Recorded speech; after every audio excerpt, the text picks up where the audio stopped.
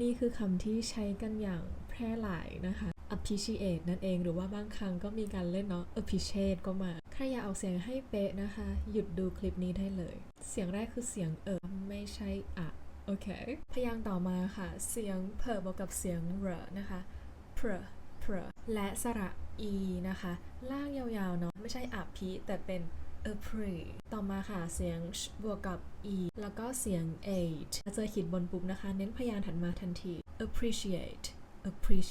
ถ้าอยากเรียนการออกเสียงแบบครบจบทุกเนื้อหาทุกกฎนะคะสามารถสมัครคอร์สได้เลยมีโปรปีใหม่ลดไป 10% ทุกคอร์สค่ะโปรนี้หมดวันพรุ่งนี้แล้วนะคะสามารถแอดไลน์นี้มาสมัครได้เลยผู้การจะตรวจการบ้านให้แล้วก็มีฟีดแบ็กกลับไปเป็นรายคนเลยนะคะดูแลตลอดการเรียนเลยค่ะ and thanks for being here see you in the next video